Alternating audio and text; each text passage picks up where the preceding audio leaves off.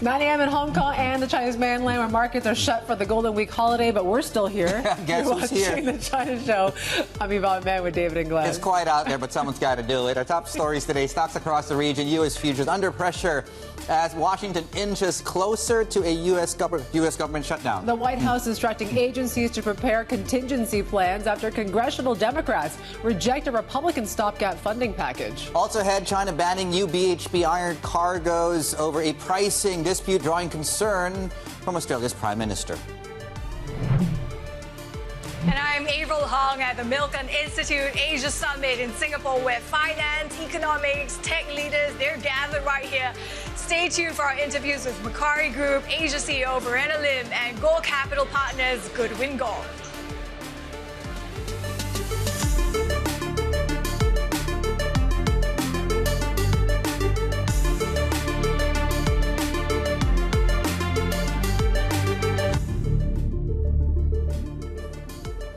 Right. Good morning. Midweek session, a couple of hours to the 15th. Government shutdown. Nothing else changes these next few hours or so. 15 since 1981. The read-through, though, is really when you look at the dollar during and after. It depends, of course, how long. We'll get into that in a moment. But as you can see, we're going into the sort of vacuum. And as you can see, U.S. assets, bonds, and equities are heading into a sort of vacuum. They're fourth of 1% to the downside right now, which is, by the way, a move we don't normally see for this time of the day. It also might have to do with the fact that you have major markets, mainland China, Hong Kong. Flip the page, please. Shut today for a holiday. Different reason, of course, for being shut. We are looking at the proxy that traded in Singapore today, 4/10 to 1% to the upside. So we are getting some green on your screens. Taiwan is coming online. Of course, the opposite is true. And, of course, within the Aussie market, we'll get to this in a moment. The BHP story coming up bottom of your screens. I think we're down about 1.5% to 2% last we checked. 1.5%. Thank you so much. Okay, the story across the commodity space, of course, gold continues to hit a new record almost on a daily basis. 3,900 is now extremely close. As you can see, we're about $10 short, quite literally as I speak right now, of that level. Iron ore, of course, part and parcel of the BHP story. Brent crude and on your screens, of course, copper is also very much in focus today following this rally that we've seen going into, let's say, the last 48 hours, and then we've seen some consolidation there, and of course, Brent on the back of some conversations around maybe supply not coming online as far as OPEC is concerned. But yes, apart from that, it's a shutdown story in more ways than one. U.S. shutdown, and of course, markets being shut here for Golden Week. Yeah, so liquidity could be an issue, right? Yeah. That's the least we could say of it. But, you know, in terms of this U.S. shutdown, that certainly is going to be, you know, a big topic now, because it seems like this time around, you know, it seems a little bit more pointed where the debate goes, right? You know, markets have usually shrugged this off for the most part here. It's usually some sort of 11th hour sort of resolution. But both sides seem to be not budging here right now. And it leads to a lot of discussions about what the implications for markets is, right? I think this time around, it obviously the data goes dark, right? Yeah. And if we're not going to get key data, that could cloud the Fed outlook. But also for markets at a time when you have equity markets at, you know, talking around peaks and valuations at peaks, maybe this is a good excuse to maybe take some profits as well. Yeah, we were looking for what the next potential risk would be, right? And I think people are sleeping on the fact that if you don't get some data coming through out of the U.S., and I think the latest numbers, the PC, Lori Logan talked about how, you know, the Fed needs to be careful about cutting interest rates. The risk would actually be pricing out these Fed cuts, right? That they're not done deal, obviously, to rate cuts. And could that be the risk? 6 months of gains, of course, for global equity. So it certainly begs the question of maybe just a little bit needs to just tip us over the edge here. That's it, right? Any sort of wobble in asset prices could lead to maybe some sort of correction in the near term, as some have projected as well. So certainly one thing to watch there as well. But yeah, with Golden Week, what are we going to talk about for 8 days here, Dave? That certainly is one thing. But China's still making the news, even when it comes to BHP yesterday. Yeah, I mean, there's a lot of news as far as the BHP story is concerned. I think when you look at futures, it's certainly, if the market was open today, the Singapore contract's on the way up. So certainly there is a momentum still. Freight rates were down instantly on the back of that, intraday ones at least. Yeah. I think the other thing to point out, too, was the somewhat of a cash crunch because of the long weekend. The long holidays. I think it was overnight HIBOR, which spiked about 5%, indicative, I guess, of that struggle to get some cash, which is, I guess, a good problem to have. But yes, lots at Hong Kong, of course, reopens on Thursday. Mainland markets, as Yvonne is pointing out, of course, goes into the sort of long hibernation period of a couple of days, and then we talk about things like the fourth plenum and, of course, the 15th five-year plan all at some point. We'll get to those points. Yeah, let's get to our top story now when it comes to BHP, right? Because the Australian Prime Minister, Anthony Albanese, says that Beijing's ban on new BHP cargoes is, quote, disappointing. Now, Albanese says he wants Australian iron ore to be exported to China without hindrance. Let's bring in our China correspondent, Min Lo, and tell us what led to this Chinese ban and certainly what the impact is going to be for BHP. Yeah, so there is a Chinese company called the China Mineral Resources Group, and that is a state-owned company that was created by Beijing to centrally manage the purchase of iron ore in order to have better negotiating power. And China Mineral Resources Group has, as far as we understand, had met with BHP several times to negotiate prices, but they didn't come to a mutually agreeable deal. And so we understand from sources that the company has now told producers in China to halt purchases of cargoes from BHP, especially dollar-denominated ones. So what this means is no deals can be signed even for shipments that had already left Australia. The only ones available now are those that have already arrived in China and are denominated in yuan. So obviously it's a big blow to Australia, which is by far the largest source of iron ore for China. And obviously China is a very big importer. And right now analysts are quite hopeful that both sides, because of their important relationship to each other, both sides would have equal motivation to resolve this soon. So hopefully it's just a short-term issue. Well, walk us through what we've seen so far as market impact and likely what's ahead. Yeah, so obviously the impact is on iron ore prices, right? And you look at the mining stock, for example, BHP, I think opened down about 1.5% lower today, but some of its rivals, though, like Fortescue as well as Rio Tinto, those are faring better. And a side effect of that, as Yvonne was saying, is freight prices are affected because iron ore is a very big part of dry bulk shipping overall. It's, by some estimates, about a third of dry bulk shipping. So if you see this index of dry bulk shipping prices, that has collapsed by about 3% or more today. Okay, moving on, we're talking a little more about CATL because we're learning also the Chinese government is getting closer to giving the company the green light when it comes to resuming that lithium mine. Yes, so CATL has submitted reserves reports to the government. These are reports that outline the economic viability of the mines, and the Chinese government, according to sources, have greenlit that, and this means that the company is now closer to getting a renewal of their permit to resume mining. And at the same time, one of its other peers, I guess, another company, Goshen Tech, also has gotten approval for their mining designs and ecological restoration of the mine. And this again would have impact on lithium prices. Already we are seeing lithium prices retreating. Some of these stocks you can see of Australian miners down by about 7% or so, and some of CATL's rivals like SK Innovation also falling today. And yes, this is part of China's scrutiny over anti-involution, and there has been at least 8 miners that were asked to submit those reserve reports after the government had found some irregularities when it comes to the approval and registration process for mining. Min, thank you so much. Min Lo, our China correspondent there. A kind public service reminder again that greater Chinese markets are shut this Wednesday. And speaking of the concept of a shutdown in a couple of hours is likely going to happen as far as the U.S. government is concerned. So those are some of your top stories today. Let's get into all of this and the implications. Hebe Chen is with us, market analyst at Vantage Markets, joining us this morning. Hebe, good morning. I really don't want to spend a lot of time on the U.S. government shutdown, perhaps at this point in time, because we don't really know how long it will last. But let me just get started there, and we can brush it aside after this. What is the market implication of what's going on? And is there a direct correlation now with what the Fed is able to do or not do in October, Hebe? Well, I think I agree with Yvonne just saying that the market seems pretty calm on it. I think on one side, I think because the market seemingly assume that it will be just a very brief shutdown. And if you based on the history point of view, that if you're looking back into for example, 2018 and 19, when the U.S. government shutting down for 35 days, the market dipped at first, but then recovered most of them after that. And that's exactly what we have seen in the U.S. market. You've seen the stock still finish higher. The only two markets seems to affect it a bit is the U.S. dollar down about 0.3%, crypto down a little bit, but they all within a pretty reasonable range. So showing that the market still have the resilience, they're still pretty confident that it won't interrupt too much about the Fed's rate cutting journey ahead. But I also agree that if we didn't get the data. We didn't get a job report. Even further, we didn't get an inflation report. I think that would definitely become a real risk. And that risk, I have to say that the market yet to price in at this stage.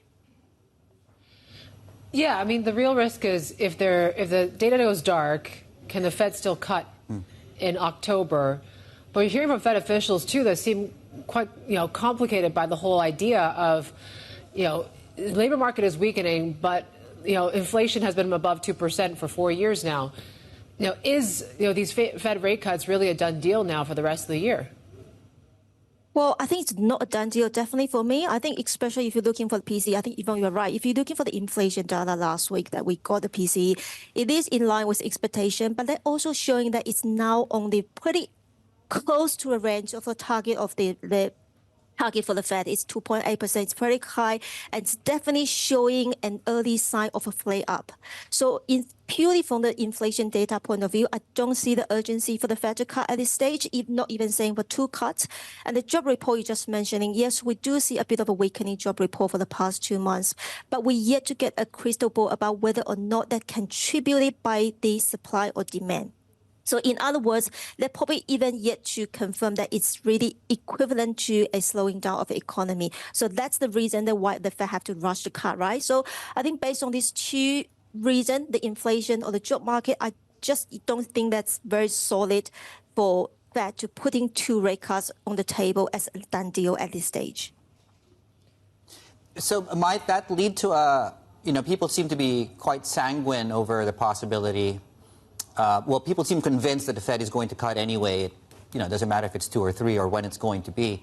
And I wonder if we price that out, Hebe, do you think we'll get a bigger drawdown in equity markets? Could that be the catalyst for a correction in your view? Yes, David, I think you're right. The market seems pretty optimistic about the 2 rate cut or even more. I think that reason is because out of the major economy fundamental picture, we have a very tricky element here is the political pressure. If you're looking back to a dot plot that released on September, you can definitely seeing that happening. So the market seems to believe that even the economy is doing all right, yes or no, but we do have the political pressure to putting these 2 rate cuts firmly on the table. If that's not going to happening, I think definitely the market will feel quite disappointed. But I do also believe that because I think if you're looking back early this year, the market is so optimistic about these 3 cuts. Last year, same case, but they're getting quite quickly adapt to it. And towards the end of the year, we also can bring the hope for the more cuts for 2026. So whether or not the market will disappoint it, I think yes. But whether or not they will pull back quite substantially, I think probably not the case. Yeah, you mentioned the resilience, right? September is supposed to be a bad month for equities, and we still defied all those sort of odds, right? Whether it's the AI story, whether it's the tariff risks that were, less than feared. Out of those 2 things, though, what can continue to propel these markets, right? Should we be sleeping at the idea, that these tariff risks are not going to be a big impact on inflation and the like? Yes, if you're looking, agree. I think that this September is a big surprise. I think it's a big surprise, not just for the U.S. market, but also for the APEC market. That if you're looking for the performance for the September, actually, it's not the U.S. market doing the best. It's actually the Hong Kong market up about 7%, the Taiwan and Japanese market up about 6%. So I think this is definitely showing that of a tariffs relief element is really at play here. So the APEC market investors now believing that all this months of negotiation, everything about the tariffs is now at the back. But we know that this is definitely not the case.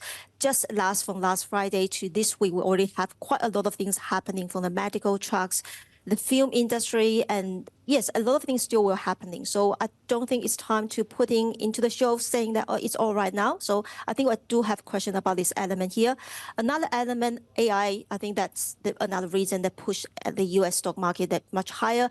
I think this is the element that potentially will stay. I think given this seem the frequency of all this AI industry updates is getting faster and faster. Yeah. Yes, that potentially will keep this momentum live here, but I think the appetite for the investors will definitely bring higher because now the investors want to see the real result. It's just no update. We want to see the real profit and real money. Hebe, just one last question on AI, and you brought up the fact that it has contributed to the what's been happening in the U.S. in September, which was historically not a very good month, and just to take us to the Chinese markets, right, has China now sort of dispelled that notion that the U.S. has a monopoly on AI plays when it comes to the market? Is it no longer just a Mag 7 play? Is China definitely now an alternative for investors? Well, I think this question, I think the reason that you looking at everyone probably have these questions because Chinese stock market has doing quite exceptional well in the past months as well past quarter. In a very similar reason, we do see the technology driven. But on the other hand, I think that China also quite effectively and quite fastly trying to building on its chips, building on its AI applications, trying to compete with the US market. I think there's quite a big potential here. I think given how big the market is, and not just the Chinese market, I think for the whole the APAC region could potentially benefit from the AI China's chip development, that the market is quite substantial. I think that's definitely big potential here. But in terms of whether or not they could compete in terms of technology level, application level, I think that's still at a very early stage. But for the China case, we also have new element, which is probably different from the US, that is that if the Chinese government trying to put in more policy in place, like what they do for the EV to supporting the development here, that could be potential a big bonus for the Chinese investors, of course, for the AI development in China. Hebe, thank you, Hebe Chen there, market analyst at Vantage Markets. Of course, we're going to go now into break, but look at live pictures out of D.C. as, of course, we're just about less than 3 hours away as the government is bet to shut down there. So certainly this is one to watch here. We're still hearing that there's still discussions going on there in D.C. This is Bloomberg.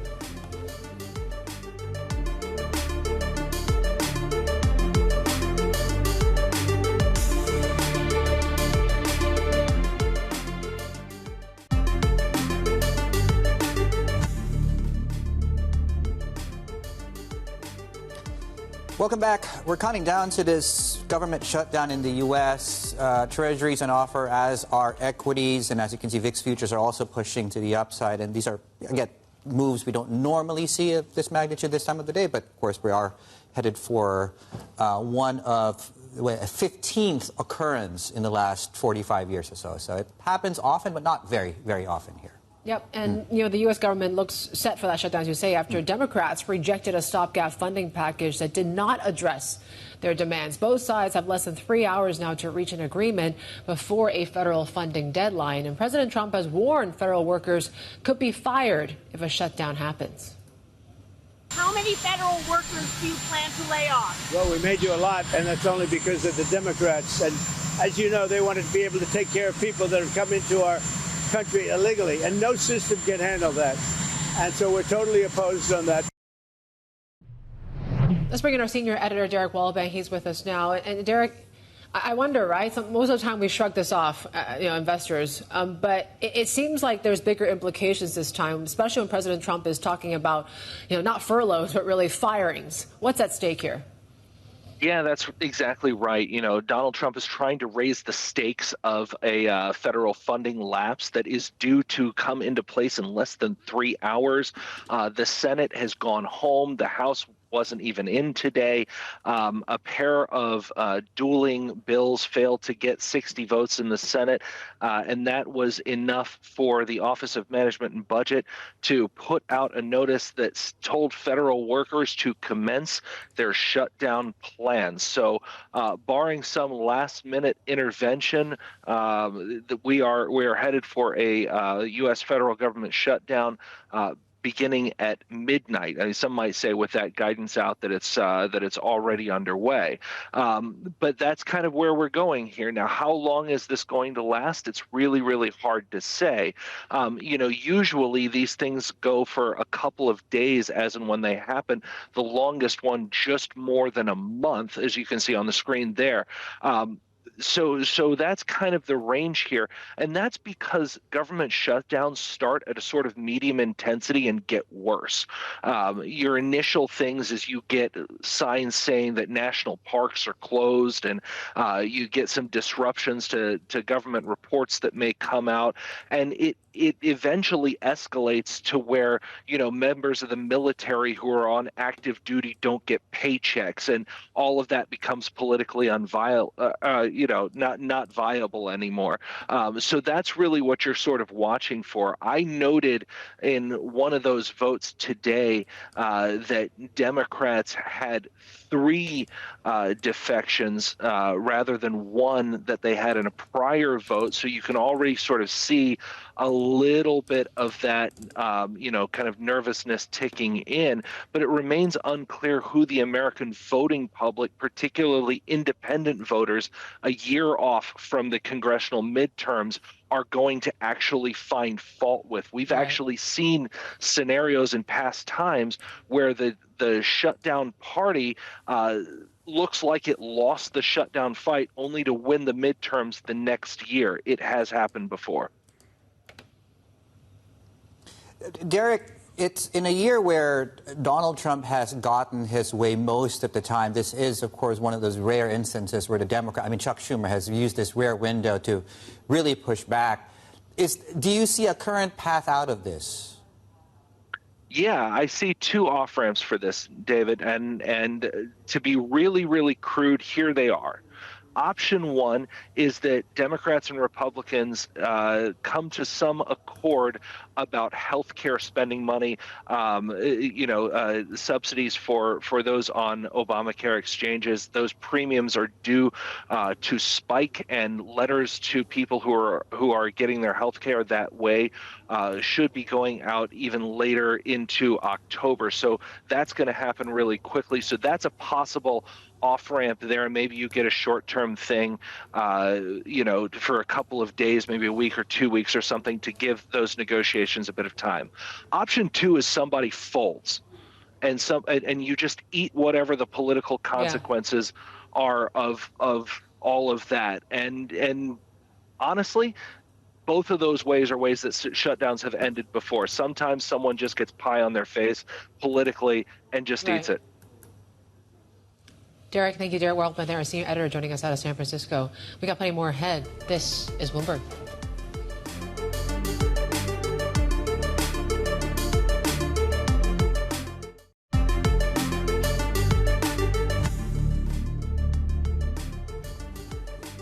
Right, welcome back. U.S. futures, as you can see, are coming under some pressure as we head into the last few hours. It looks like we will get that shutdown. It doesn't seem to be any off-ramp the next few hours or so, at the very least. We'll talk about this and the implications, of course, and really how long that lasts. And that tends to have an effect, really, on the dollar, among other things. Asia Pacific, we're down about 0.25%. A reminder that we don't have trading across Greater China today. On the back of the holiday. I think ING said the Japanese yen could be the more preferable sort of trade here when it comes to any sort of shutdown risk there. Euro, judging by prior shutdowns, is a good one to trade as well. So certainly those on watch here today. This is Bloomberg.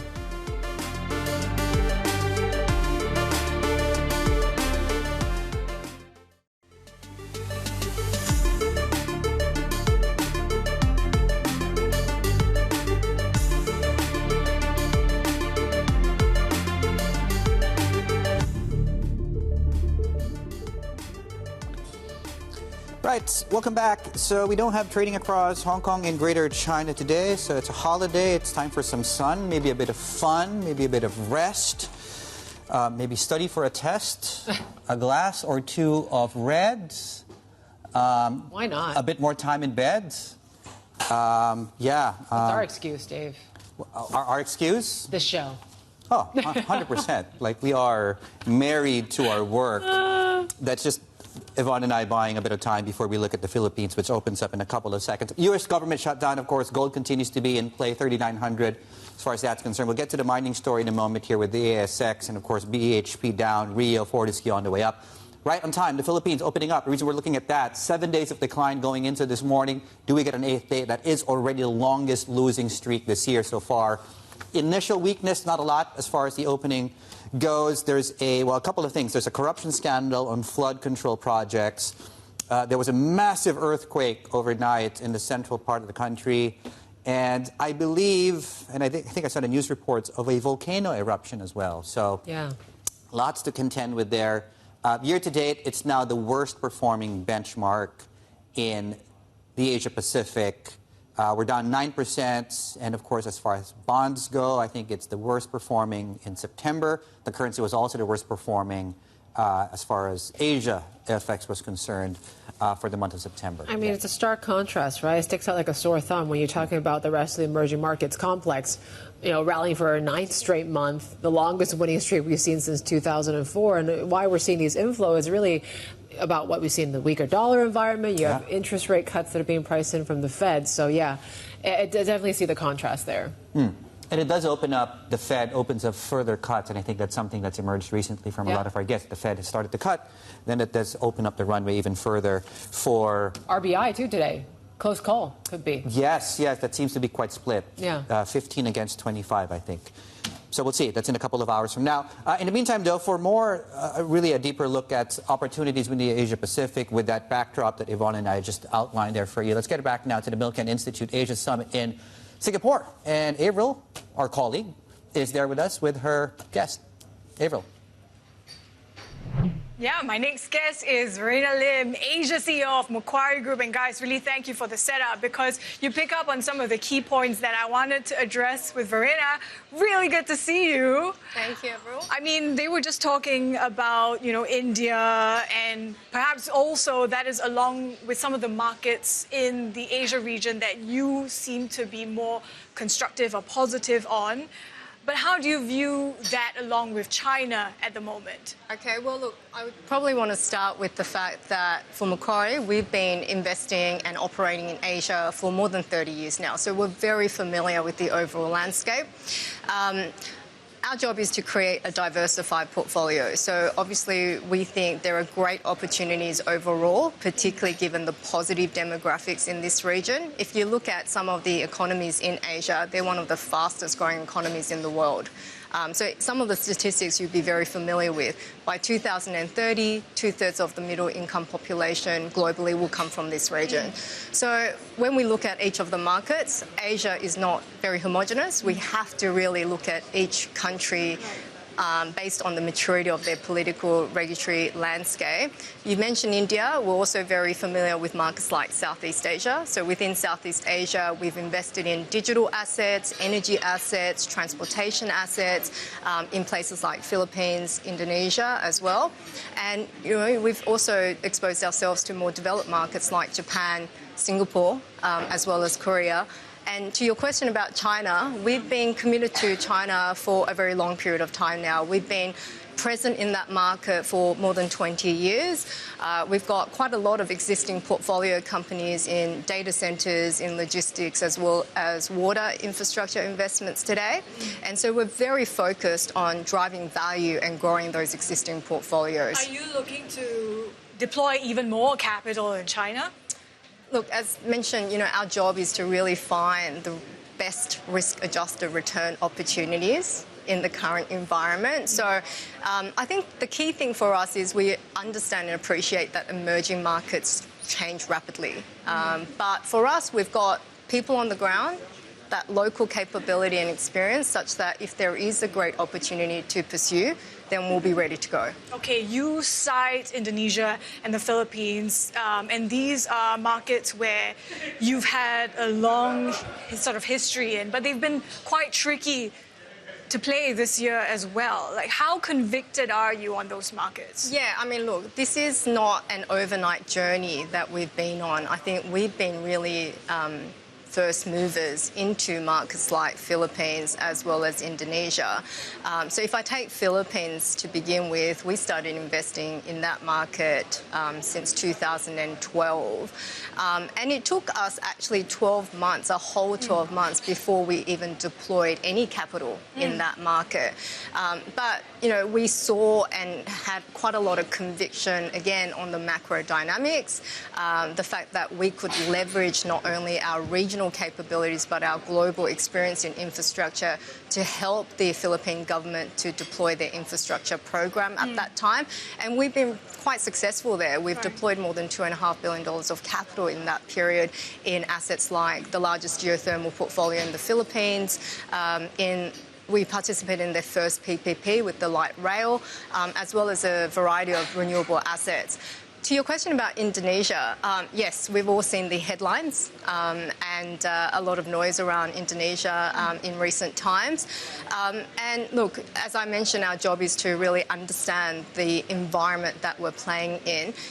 Indonesia, it took us longer than Philippines to enter. It took us more than 15 years, I would say. We obviously monitored that market closely because of the positive demographics. But it was only when the political and the regulatory framework made sense to us, it was a lot more stabilised. We were very confident with some of the partnerships that we were developing. So you remain confident on the stability in government policy coming out of both of these markets? I think we always look at these things on a more medium to long-term basis. We don't really try and focus too much on the short-term volatilities and short-term shocks. If you think about infrastructure, we look at these on a very long-term horizon. So we're still very optimistic that things will get better there. Talk to us about the gap in infrastructure investing in Asia that we've talked about like almost to death, right? What have you been seeing in this year alone, and how do you accelerate capital flows towards that? Yeah, I mean, you're absolutely right. We've been talking about how that funding gap continues to widen and how do we actually close that gap. Look, I've been in Asia for almost 2 decades now personally. When I first moved to Singapore, there wasn't as much interest in investing in infrastructure or that capital flow here. But if I look at the market today, there are quite a lot of players who've now entered into this market. And what's interesting right now, given the current macro situation, we're seeing a lot of investors interested in diversifying away from markets like the US and coming into Asia. I think overall, that's good, right? Because that just helps us reduce that funding gap that, continues to widen because of the constant growth that you're seeing in Asia. What about fundraising for your infrastructure fund? At last count, I think the goal was $5 billion. Correct me if I'm wrong. How's progress on that been? We're always trying to raise capital to, provide these solutions and access to these proprietary opportunities to investors. Fundraising environment has somewhat been up and down in recent years, but, we're making good progress. Okay. Talk to us as well about some of the other opportunities in infrastructure investing, because I know you're also a big player in markets such as South Korea, where AI, the energy transition are key themes, but it also looks like it's becoming a competitive landscape. How does that affect what you're targeting and your exit strategies? Yeah, no, that's a very good question. So, look, I think our core principle when it comes to our investment strategy is to go into things early. So, as mentioned before, we've been first movers in all of these markets. When we've gone into sectors early, built conviction around that asset class, think about really how we're going to create value during our ownership.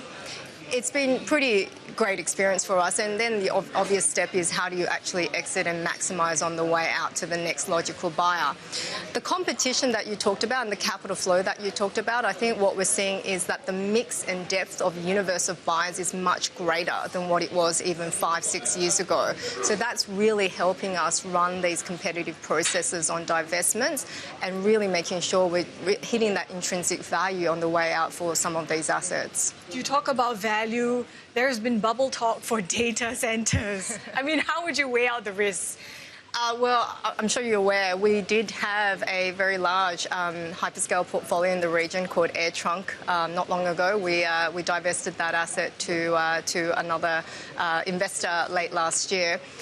Again, I think, we're highly convicted on the sector. Data centers isn't the only asset class within the digital infrastructure space. You've got things like communication towers as well as fibre businesses that we continue to review and pursue.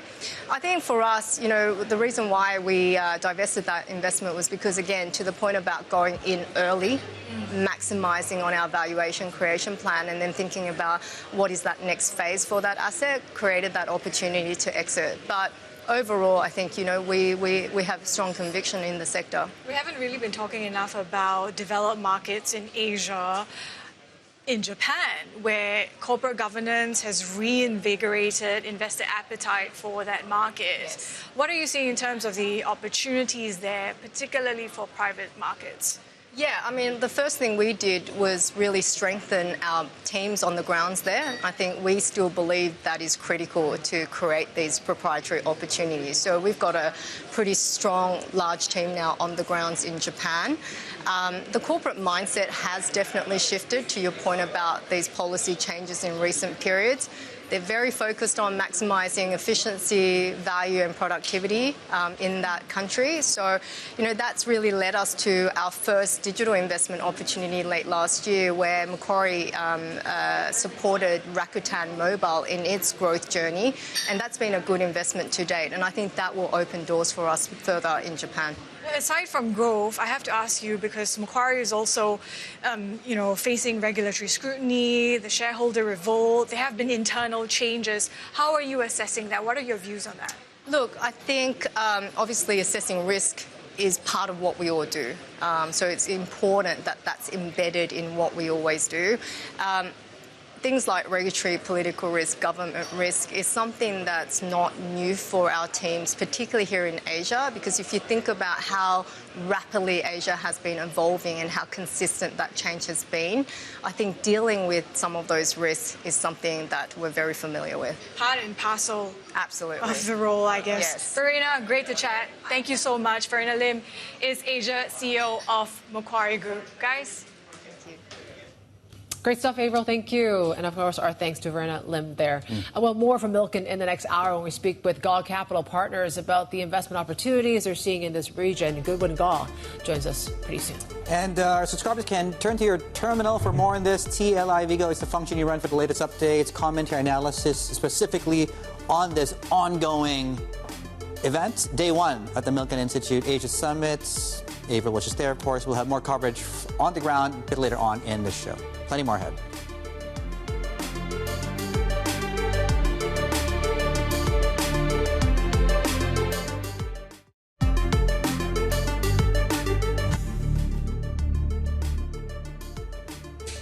Welcome back. You're watching the China Show. Let's have a closer look at FX now.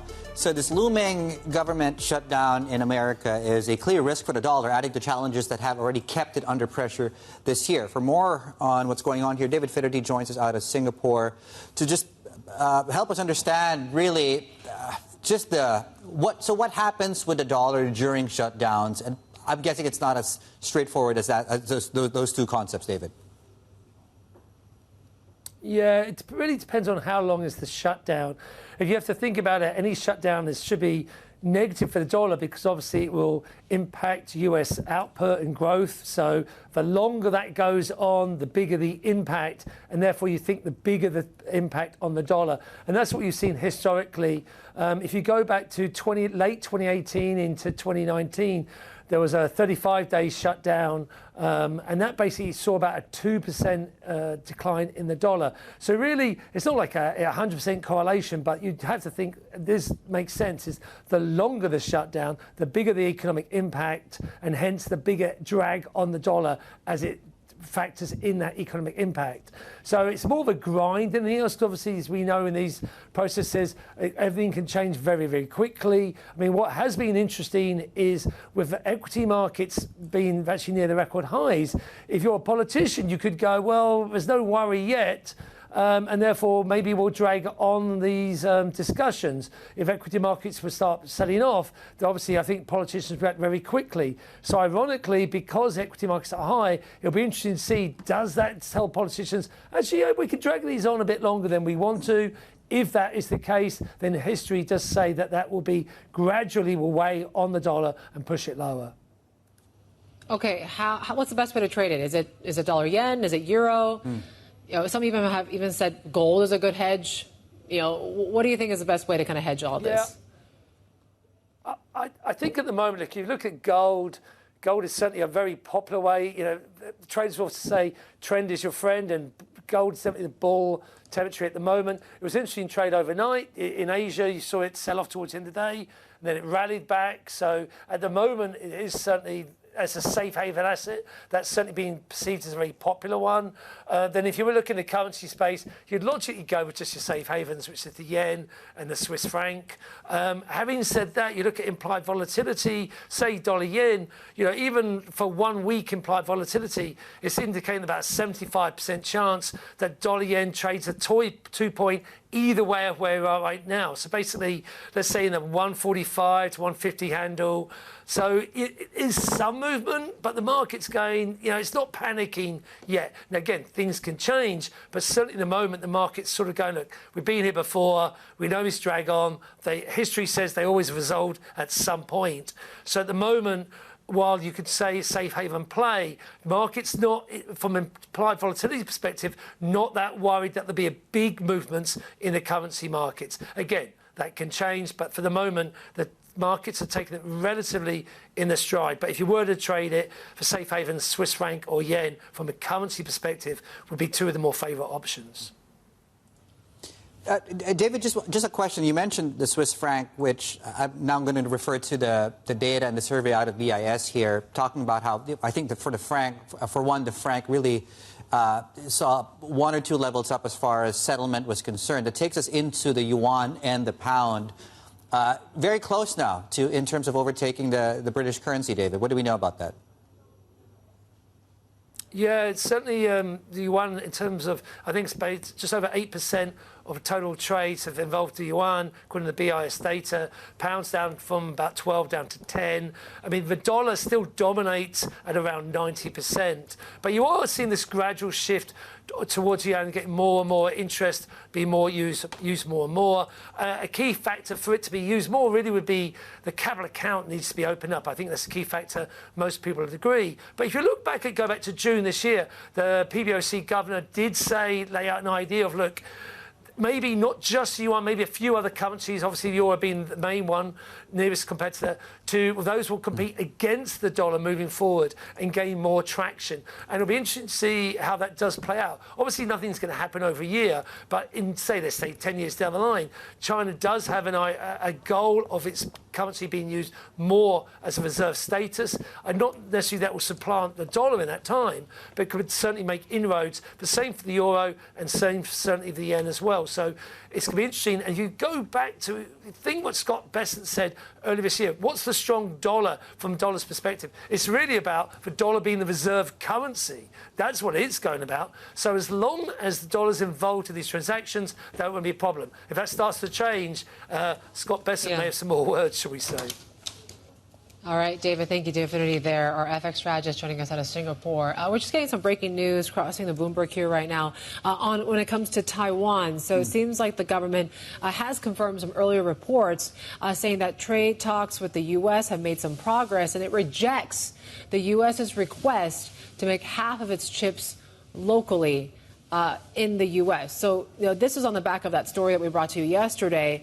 Also, CNN, local media there, has been talking about and quoting the Vice Premier, Chung Lee-chun, saying that the negotiating team never promised to help the U.S. locally produce half of the chips it needs, nor would it agree to such a request. And they're saying that both sides are going to continue to cooperate here, and they're expecting to have more thorough discussions when it comes to Section 232. Seems like the market, brushing it off, right? We're still talking about 3.5% gains for TSMC here today.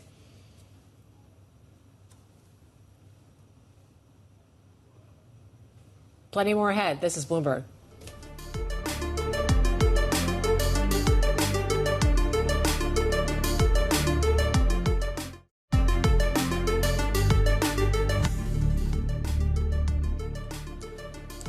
All right, just more on that breaking news that we just brought to you today. We're starting to see a little bit of these sort of red lines being put on when it comes to the Taiwanese side of things when it comes to these trade talks with the U.S. So they have rejected the U.S. request to make half of its chips locally. But they did say that when it came to trade talks with the U.S. have made some progress. Perhaps that is why we're still seeing TSMC punching pretty punchy gains here today. Yeah, the vice premier is returning to Taiwan, in fact, today, Wednesday, coming off, to the point Yvonne was just making there, a fifth round of negotiations in D.C. 3.5%, and Taiwanese markets are doing very well. Yeah, and it seems like the premier also said that the trade talks have entered the, quote, crucial closing stages, right? So they could be nearing a deal with the Trump administration pretty soon. But the discussions have been aimed at really lowering that 20% tariff level for Taiwan, for the island as well. So there you go. Other news that we're tracking about China this morning, China's residential home sales steadied in September, with the value of new home sales growing just 0.4% year on year. Now, that's according to Bloomberg calculations. The figures mark a substantial improvement compared to the 17.6% decline in August. Potential stabilization comes nearly 3 years after Beijing began supporting the sector, though without large-scale stimulus. Nike has reported quarterly sales and profit that beat expectations, but its sales in the Greater China region remain weak, with the company facing what it calls structural challenges there. The CEO, Elliot Hill, says Nike is focused on restructuring its offerings to focus on specific sports in China. We're looking at the mining space today. One is the BHP story. We'll get to lithium in a moment, but BHP and some of its peers going the opposite way, obviously, on the back of fairly negative news on BHP itself. Analysts, though, think that they will be able to find a solution here when it comes to China's big buyer and, of course, the company itself. Australia, of course, has now basically come out and expressed its disappointment on those developments. On lithium, and also this concerns China as well, with CATL getting a mine approval there, lithium stocks adding to the woes and the pressure we're seeing in the Aussie markets. Very, very quickly, we'll end things with a look at the Philippines, 25 minutes of the cash market session there. And we are currently looking on the main benchmark, albeit ever so slightly, the longest losing streak now in 2025. We're in 7 days. We were on 7 days. This would make an 8th day. More on this in a moment. Plus, of course, other things moving in markets. We'll look at gold and a closer look at golds coming through in the next hour.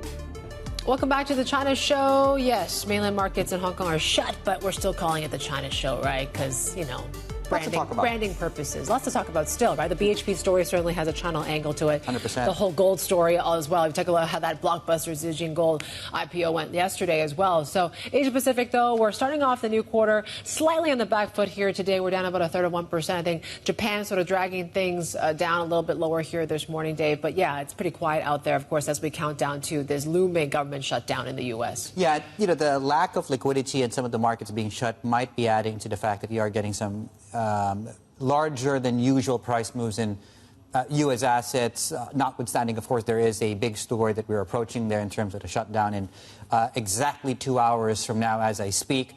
The other point Yvonne was just making there, a third of 1% to the downside, is also down to you have this China angle to the mining story on the BHP angle and also in lithium. Those are 2 points to take note of. On the Japanese story, let's flip the page, please. As we enter the last 30 minutes of trade here, we'll get into the Tankan survey in a moment for you.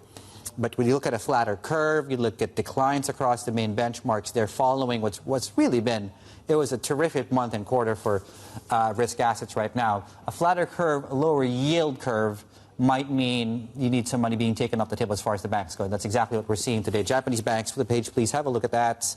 And yeah, the Topics Banks Index, there we go. Substantial declines we are seeing across Japanese financials as we rethink rate hike. The path of rate hikes for the BOJ might also be the risk that we need to watch for the Fed, the rate cutting path for the Fed, and us to need to reprice that risk.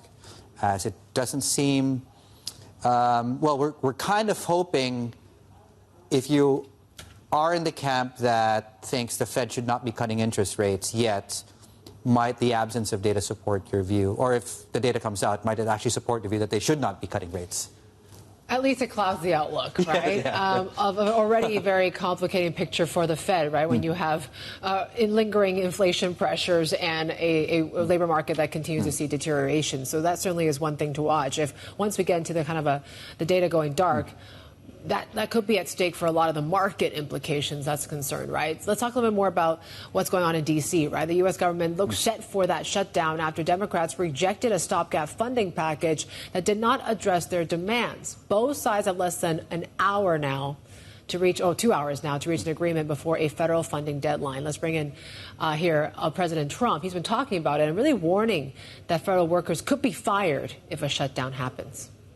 How many federal workers do you plan to lay off? Well, we made you a lot, and that's only because of the Democrats. And as you know, they wanted to be able to take care of people that have come into our country illegally, and no system can handle that. And so we're totally opposed on that. Let's bring in our senior editor, Derek Wellbank. He's been tracking all this and staying up late over there in San Francisco. Derek, we have about less than 2 hours away. Can anything happen in the next 2 hours to change the outcome? Theoretically, yes. Practically, probably not. The shutdown looks for all the world like it's going to go happen. Democrats and President Donald Trump remain very, very far apart. And it is so far apart, in fact, that the White House's Office of Management and Budget, which sort of controls the executive branch staffing, has already gone ahead and told agency leaders to start their shutdown plans. So we are very much on the road to a government shutdown of indeterminate length right now. We're not quite sure how long this is going to go. Both sides are kind of dug in right now on their positions. Democrats are trying to get some healthcare money out of this. They're also trying to use this as an opportunity to highlight some difficulties that they've had with Republicans in spending. And Trump, meanwhile, as you mentioned quite correctly, is trying to raise the stakes for Democrats, threatening to fire federal workers rather than just simply furlough them and bring them back. That would be a major escalation in this sort of thing. We'll see if that actually winds up coming to pass. But both sides right now digging in as we start with this shutdown, which now is just less than 2 hours away from kicking off. Derek, I can't help but think that, we're going into this, and around this time next year, we have the midterms coming through. How are politicians looking at next year in terms of, informing them what they need to do now in terms of increasing their chances of winning in 2026? David, I think the number one thing that they're looking at right now is who's going to get blamed for this and what sort of effect does that have. Typically, in past government shutdowns, the party that initiated the government shutdown by seeking unrelated policy demands, in those cases it was Republicans, got blamed for the shutdown and came out looking worse. That having been said, these do sometimes have the effect of energizing your base. So even if you look like you lost the government shutdown, there are examples of the party that lost the government shutdown, so to speak, going out and winning in the midterms, in part because maybe they energized their base a little bit and showed that there was some fight there. So it is a little bit of a complicated thing, but I think that's one of the things that we're looking at. The other thing that I'm looking at, frankly, is what's the exit path here? I see two options right now. The two most likely options, one is that Republicans and Democrats agree to some talk on this healthcare funding that I mentioned, and that provides enough trust to get to an off-ramp and some extension of funding for a certain amount of time, or one side gets tired of fighting and decides to just throw in the towel and quit and move on to try and fight another day and deal with all of the political backlash that comes with that. That's really the two most likely scenarios on the table right now. And remember, government shutdowns start out at about a medium level of severity and get worse over time, both actually and politically. A lot of things to keep a watch out for here. Derek, fantastic. Thank you so much. Derek Wellbank there, staying up, and as we await, of course, a shutdown in less than 2 hours from now. Look at the market implication of all of this, and we are already seeing U.S. futures on offer quite a bit going into the session today. Mark Cranfield is with us out of Singapore. Mark, square the circle for us. It's a market non-event, but you are getting some pressure across U.S. assets. Tell us why. Yeah, we're just blaming Derek for everything. If it's a long shutdown is Derek's fault. So that's.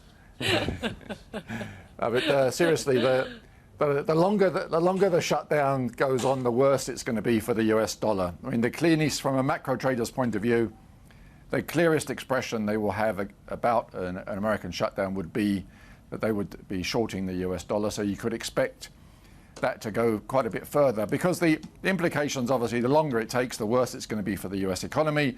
That means there'll be more pressure on the Federal Reserve to lower interest rates. Treasury yields will decline. The yield curve will probably flatten. All of that would feed into the currency, which will probably underperform against major currencies and against the rest of the world as well. So for the stock market, it's a bit more nuanced, because we are going to be coming shortly into the earnings season. And a lot of people will be assuming that with all the AI hype and the fact that people like NVIDIA continue to exceed expectations, they'll probably be thinking it's going to be a decent earnings season overall for the US market. So equities will be more choppy, but they can probably survive. But if we get to something like a 35-day shutdown, similar to the one we had in Trump's first term, then equities will probably start to crumble on the back of that. So much depends on how long it takes. But the probably consistent theme is that the US dollar softens and gold probably continues to get the same kind of bid that we've been seeing recently as well. Yeah, it continues to be the story that keeps on giving, gold, Mark. Let's brush that aside. Let's talk a little bit more about other things. I mean, what's on top of mind? I know you're writing a little bit more about that JGB curve that continues to flatten. We can see it's hurting the banking sector today, as you were talking about earlier.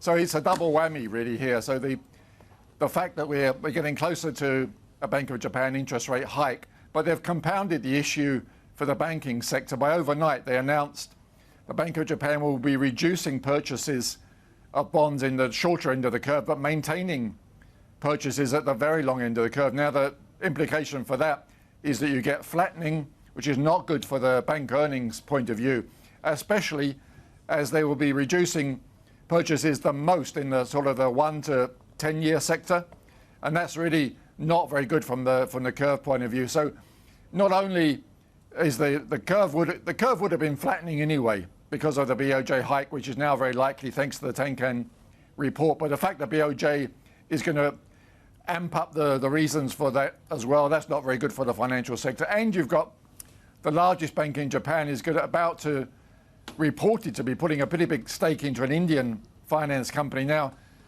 investors are always a little bit wary when they hear about Japanese firms going overseas, particularly into markets they're not so sure about. So again, that's a negative for the banking sector as well. All of that is feeding into the topics today, which is underperforming. So there's plenty of reasons to be a bit defensive on Japanese stocks today. Mark, thank you. Mark Granfield there, I'm live strategist, joining us from Singapore. And coming up, we're going to be staying in Singapore and live at the 12th Milk and Institute Asia Summit. Our very own has more on the ground. What's in store today, Has? Hey, Yvonne, did someone say it is an unpredictable world? Well, we heard from the Defense Minister of Singapore this morning saying that brace, that unpredictability is going to get even worse. So the policymakers here at the Milk and Institute, along with investors, CEOs of companies, we're getting their thoughts on how they're navigating this evolving macro environment. Where are they deploying capital? Well, coming up is a host of guests on your show, on mine later on as well. The likes of Yap Kim, who runs the pension fund TMRS. We'll get his thoughts on the shutdown in the U.S. We're also getting perspective from Goodwin. This is a real estate private equity fund management. What's he doing with his money? He has investments in the U.S. as well as the rest of Asia, including in China, along with, of course, the Sovereign Wealth Fund of Indonesia. They've been talking about this Patriot bonds issuance. What's happening with that? Plenty more ahead. Keep it here with us. This is Bloomberg.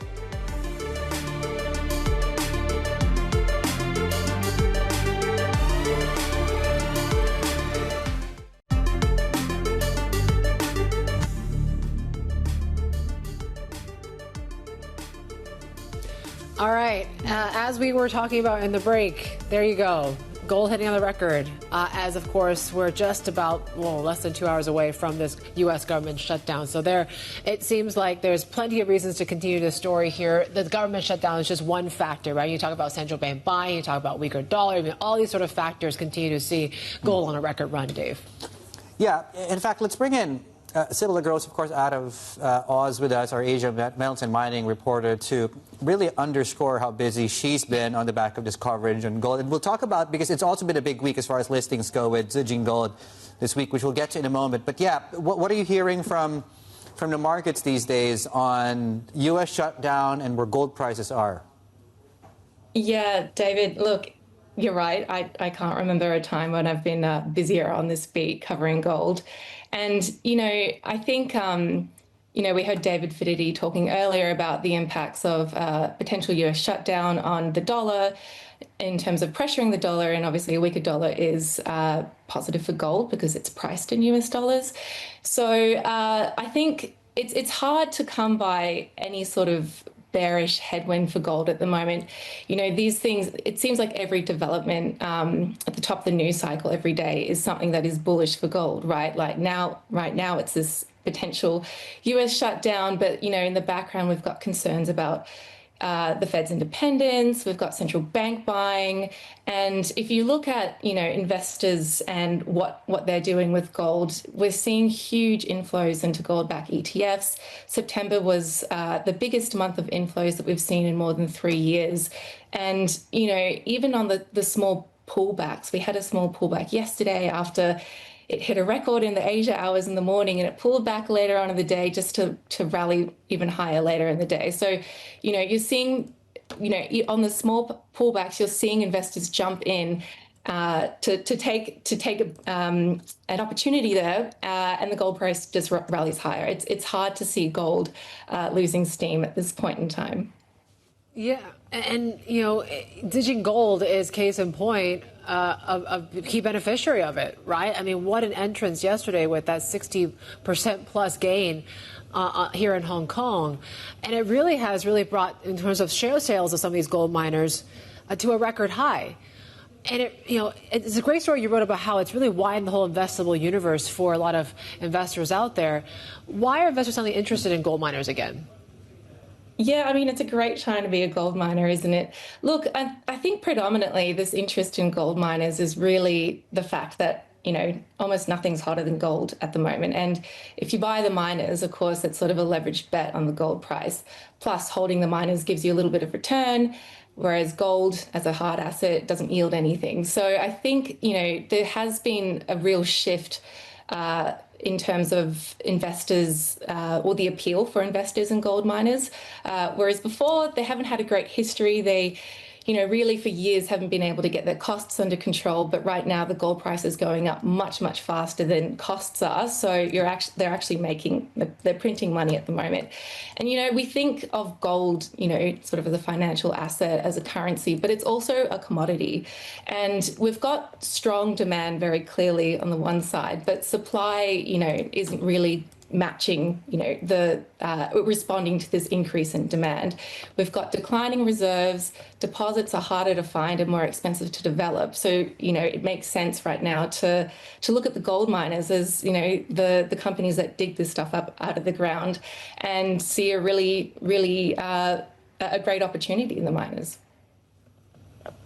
Well, there's certainly, I can't think of the last golden window like we've had, pun intended, I guess, that we're currently looking at right now. So what are these miners going to do with the extra capital? And how long do you think this window of interest will last, where they can raise the capital and then deploy that capital?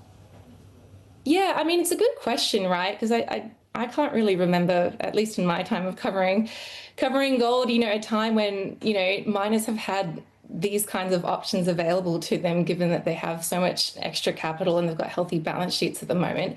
What we have been seeing, particularly in Australia, is a lot of that money is going back to shareholders via dividends or buybacks, which has been quite rare in the industry. So obviously investors quite like that prospect. But I think ultimately investors, shareholders want to see companies grow, right? You want to see the production grow when prices are at these levels. So you're going to be looking for companies that can, expand organically through their own existing projects, brownfields projects. But also we're likely to see a little bit of M&A. Now, obviously, it's a bit of a touchy subject for investors because they have, the miners have had a history of overspending in the past, so they don't want to see silly spending at this point. But I think, ultimately, to answer the sort of second part of your question, David, investors are still underinvested here. So I think there's a lot of room for this to grow. Fantastic. Thank you so much. Yeah, I mean, lots more to talk about. I'm guessing this won't be the last time we'll be speaking with you in the near future. Sibylla Grosta and Oz for us on the latest on the gold story and this golden window of opportunity. Plenty more ahead. This is Bloomberg.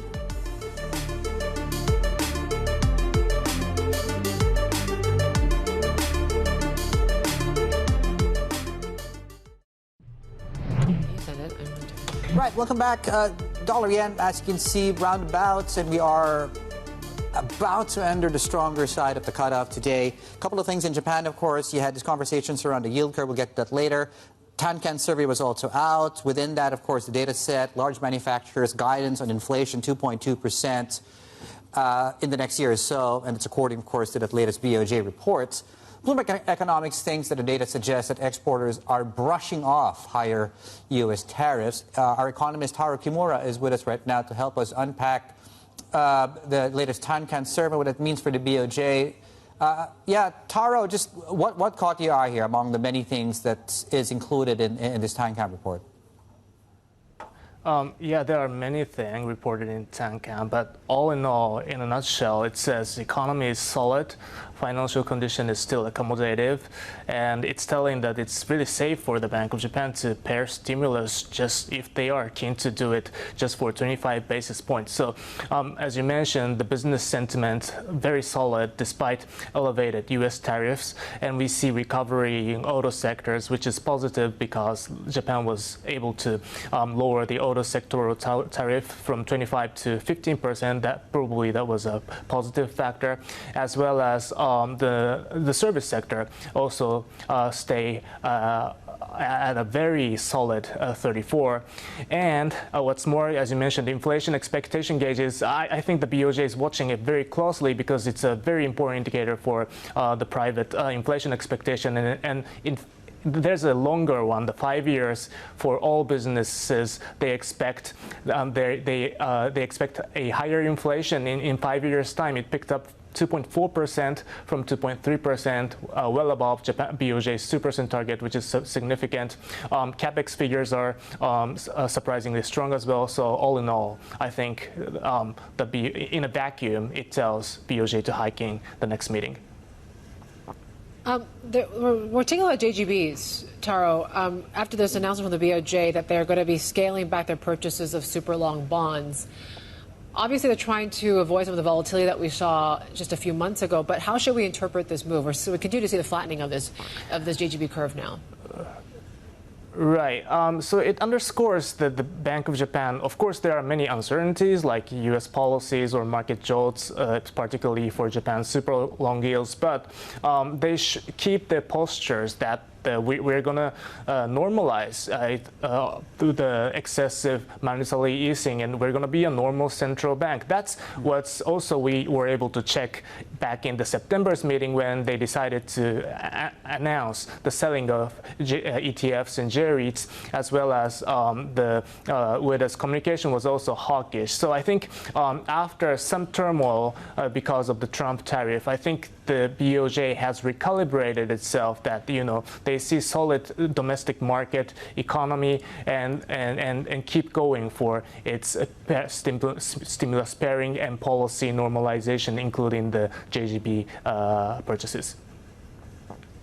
Taro, thank you, Taro Kimura there, our Bloomberg Economics economist, talking a bit more about that Tankan survey. Japanese markets are continuing to see that pressure here because of that steep flattening of that yield curve. The banks are really dragging the overall benchmark lower. We're seeing the Nikkei and Topix down more than 1%, and Japanese banks continue to see quite a bit of selling pressure here this morning. This is Bloomberg.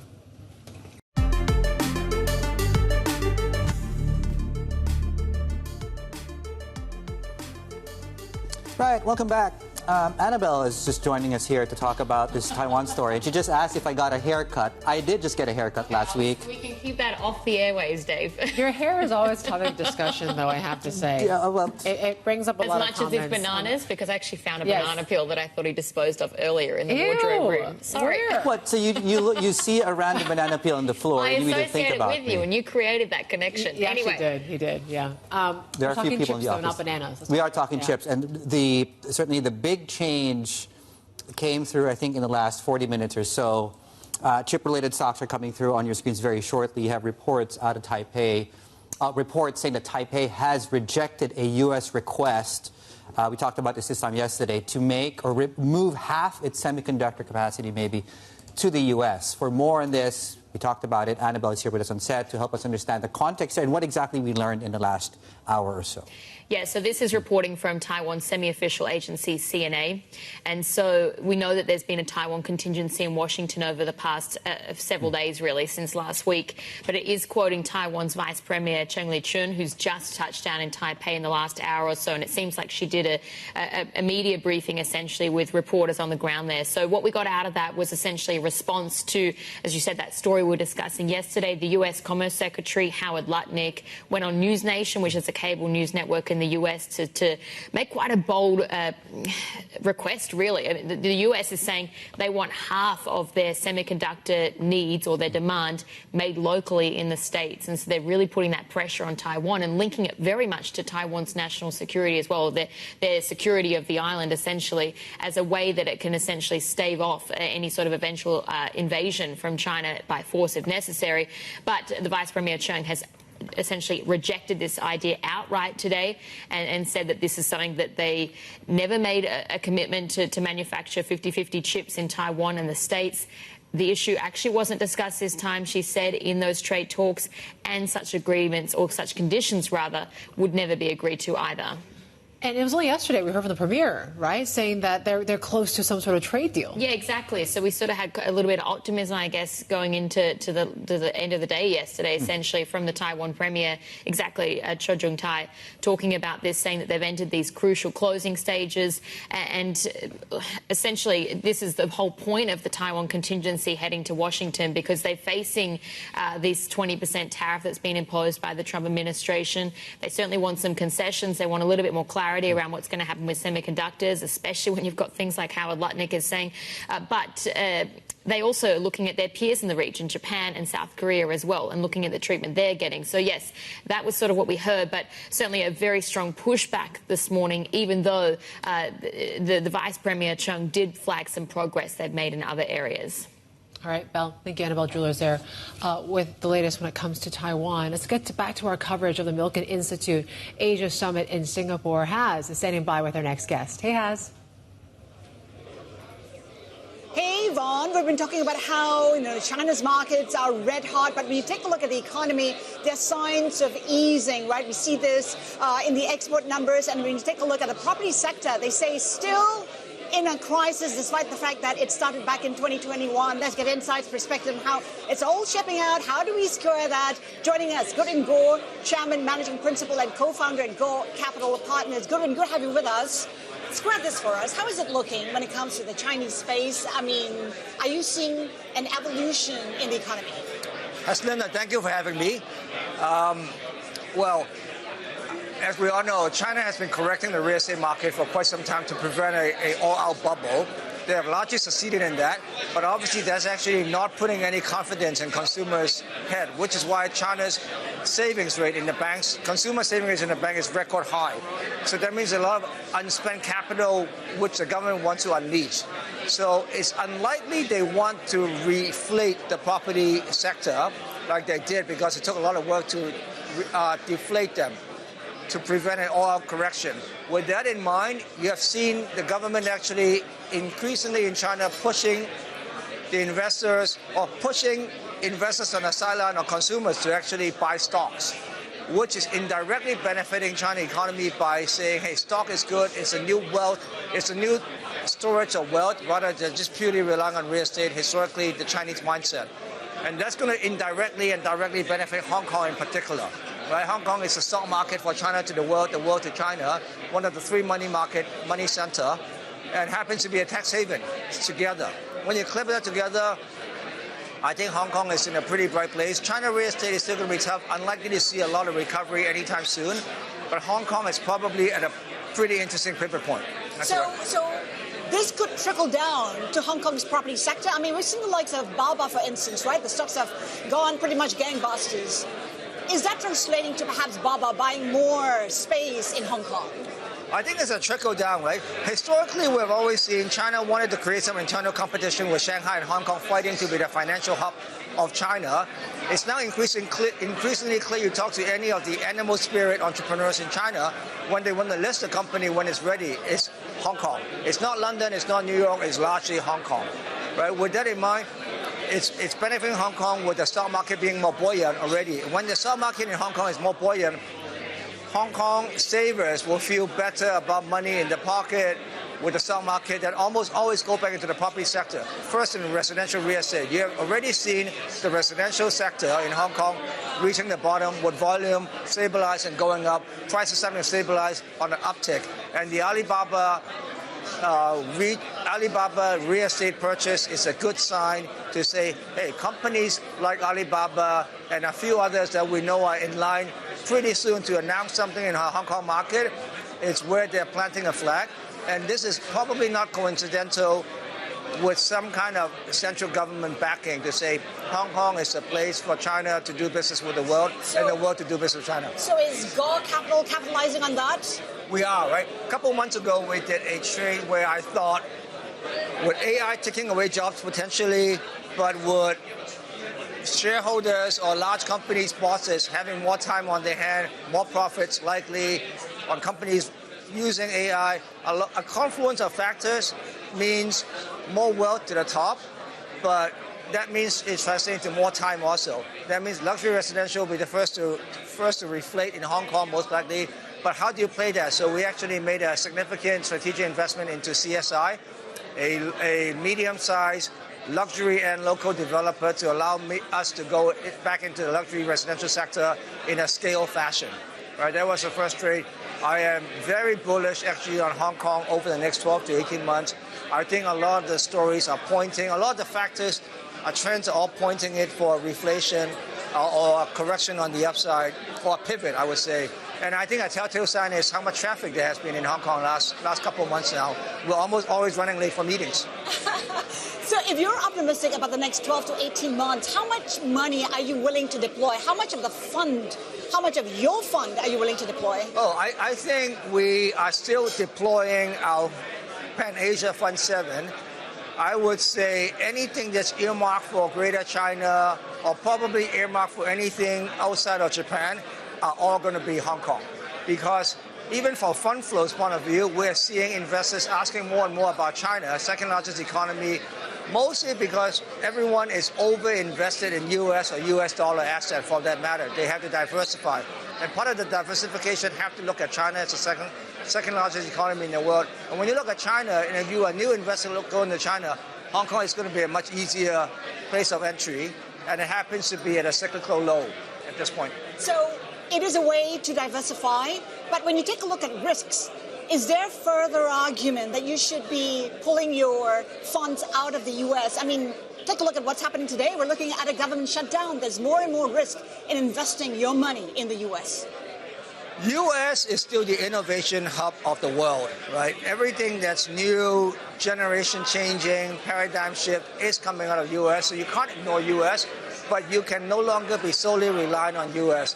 The world is going through a deglobalization phase, regionalization phase, creating opportunities, whether it's China plus one strategy with Vietnam, Mexico, Turkey as manufacturing hub, to take some away from China, to AI creating more time for all of us, maybe more money in luxury, any places that has a high quality of life. All of that is forcing all of us to rethink how do we diversify geographically against a backdrop of geopolitical risk.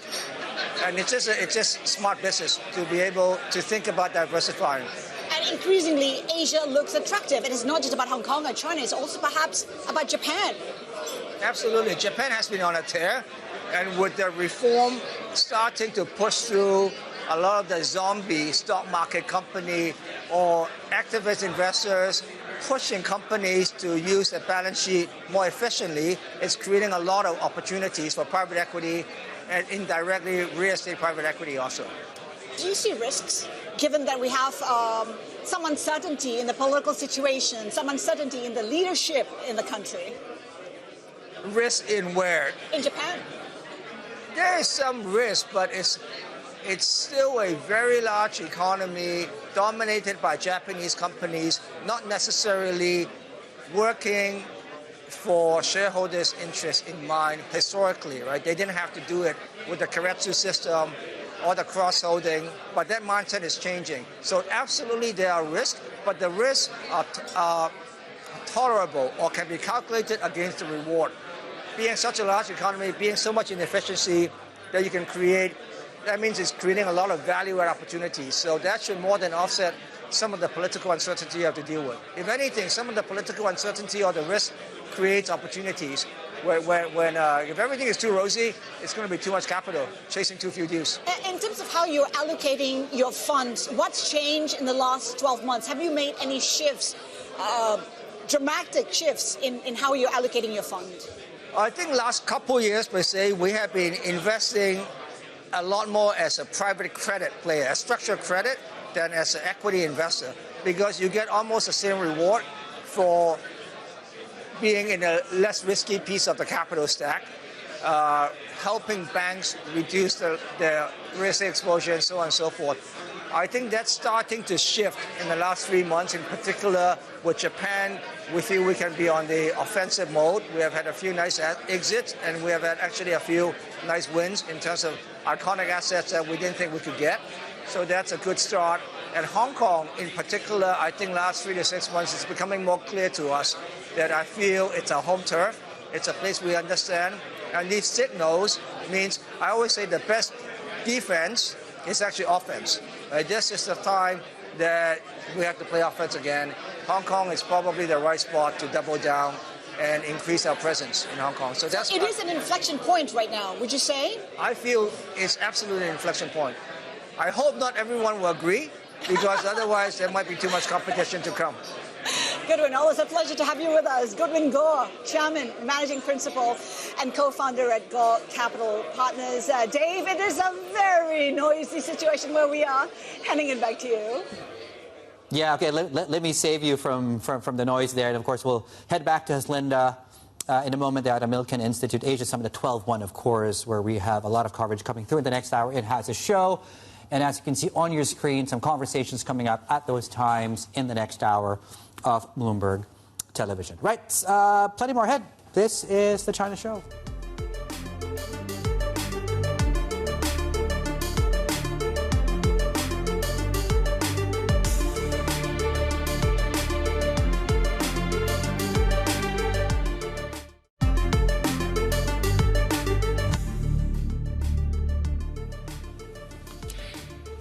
In some corporate news this morning, Nike has reported quarterly sales and profit that beat expectations, but its sales in Greater China region remain weak, with the company facing what it calls structural challenges there. The CEO, Elliot Hill, says Nike is focused on restructuring its offerings to focus on specific sports in China. Pfizer has agreed to reduce the prices of some of its drugs in the U.S. by up to 85% under a deal to win a 3-year exemption from pharmaceutical tariffs. The company says it will ensure Americans receive prices comparable to those offered in other countries. The move addresses President Trump's complaint that the U.S. unfairly shoulders the highest medical costs in the world. Exxon plans to cut about 2,000 jobs globally as it consolidates smaller offices into regional hubs as part of its long-term restructuring plan. The CEO, Darren Woods, says the reductions represent about 3 to 4% of Exxon's global workforce and are part of the company's ongoing efficiency drive. And Marubeni plans to strengthen its presence in Japan's power market by establishing a new trading venture called Marubeni Power Trading. Sources say the company's power retail arm and its UK-based energy trading unit, Smartest Energy, will each hold a 50% stake in the newly formed venture.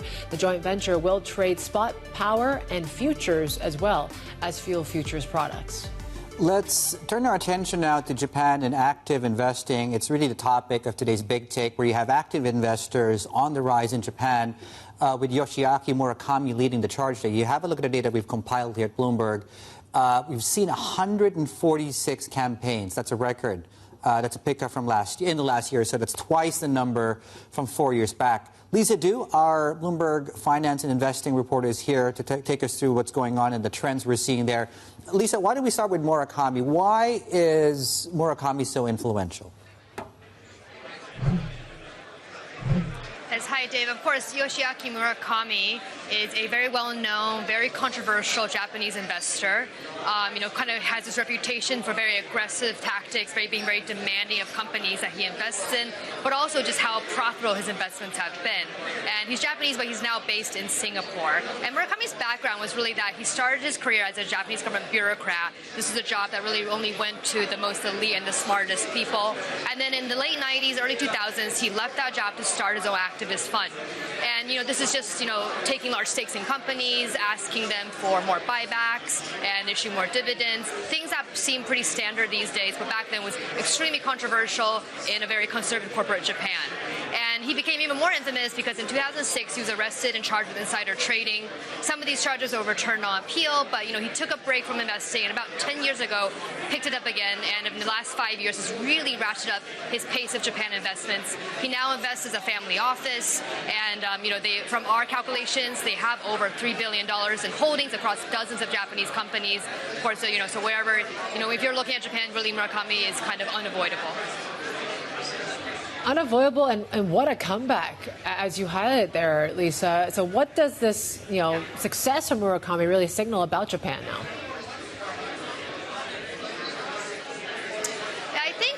As the Japanese market rallies come back, a lot of people question how sustainable this rally is.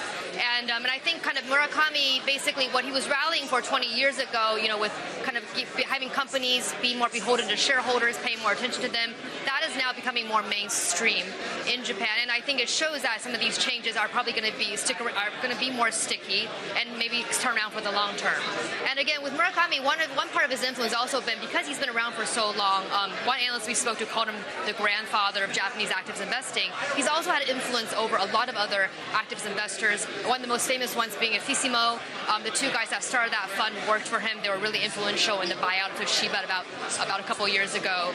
And again, also, now that he's investing as a family office, he works very closely with his daughter, who's also known for being also, just as aggressive and demanding as her dad.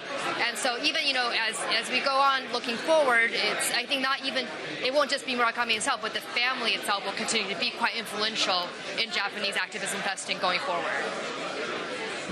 Lisa, let's talk about his track record. What is that like? Yeah, so because he invests as a family office, it's really we don't have any public filings, any details on how much money they've made. But one calculation we have from CLSA is that in the last 4 years, when the pace of investments in Japan really ratcheted up, they probably likely made over $1 billion in profits from their holdings. And then, most famously, one of the ones that he's had is Fuji Media. This was a company that was caught up in a scandal. One of one's announcers, was caught up in a sex scandal, and Murakami actually went in and took a large stake in it. And I think usually for companies that are caught up in scandal, you expect the stock price to tank. But kind of in a sign of his influence and what people expect from his presence when it comes to stock holdings is that actually this year so far the stock of Fuji Media has more than doubled, as investors kind of anticipate that something might happen because of Murakami's presence in the stock. Yeah, talk about full circle there. Yeah. Lisa, thank you. Our Bloomberg Finance and Investing reporter, Lisa Du, who is also joining us from the Milken Institute Asia Summit in Singapore. We got plenty more ahead.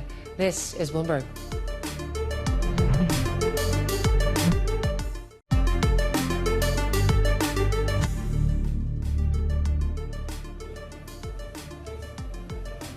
Right. Indian futures are doing absolutely nothing. That's partially what some economists think the RBA is not going to do today. Partially nothing. Partially nothing. They might go by 12.5. Well, it's split, right? It's a good split. I mean, for the most part, 24 out of 39 economists predict a hold, but there's still a sizable chunk, 15 of them, that think that they could cut, because the case for a cut seems to be building, right? When you say inflation stays low, we're still at the lower end of that range of their target. The economy, might be hit by these higher tariffs. And obviously with, the Fed also cutting in September, that does open the window for them right now. Yeah, the case for an insurance cut, I think, is how they're reframing that. And it seems to be the timing simply, do they move now or do they move at the next meeting? And I think our folks at Bloomberg Economics have put it out very, very nicely, right? The window was opened because the Fed then moved. And then the whole visa issue is also, while it is hard to measure the economic impact of that, it's certainly a net negative and not a net positive for the economy. So the case for a cut is certainly one that our folks at Bloomberg Economics think is certainly fairly clear cut. And perhaps... So the case for the hold, too, right? You have the rupee is at record lows, right, also. And the governor has been quite dovish, in fact, cautious when it comes to these rate cuts. So, how high is that hurdle for more easing is certainly a big question. But yes, according to BE, there is now that case that is building for some easing there as well. So that's really one to watch, right? I think the visa issue is going to be quite interesting as well. It's not just the 50% tariffs. Yeah. But really the impact it's going to have on jobs, on the tech sector and the like is certainly going to be a key thing to watch here in this meeting. Well, certainly a lot of explaining to do, whatever the trajectory will be on interest rates. If they don't move, they'll explain why they didn't move. If they did move, of course, what they mean as far as guidance is concerned moving forward. Just very quickly before we wrap things up, a look at the mining space in Australia with BHP, of course, came out late yesterday. Asia time, this news on the big Chinese buyer and our reporting here. Putting on ice the purchases. I think what is still eligible are cargoes on the way, or cargoes at the port priced in renminbi. As you can see, the market's playing that the opposite way as far as the BHP rivals are concerned. West Gold and other gold miners are also seeing some upside today. This is really on the back of gold prices and the output on the gold space here. Yeah, look at West Gold up 11% here right now. And this is after on the back of them raising their guidance here when it comes to gold production. So the outlook looking much more positive still for gold. Meanwhile, gold, right, you talk about where prices are. I think 3,800 is certainly now that level that we're watching, 3,863. There you go. We're still seeing a little bit of wobbles in the equity market when it comes to U.S. futures are concerned, given that we're just about a little more than an hour away from that government shutdown in the U.S. as well. Eurodollar is at 117. VIX is slightly up, not really, but certainly one to watch there in the next hour or so. But it doesn't seem like both sides are willing to kind of find some sort of off-ramp right now. Yeah, we're counting down to midnight as we were many decades ago. It was Cinderella then. It's a U.S. shutdown now. That's it from us here on the China Show. We will see you all tomorrow.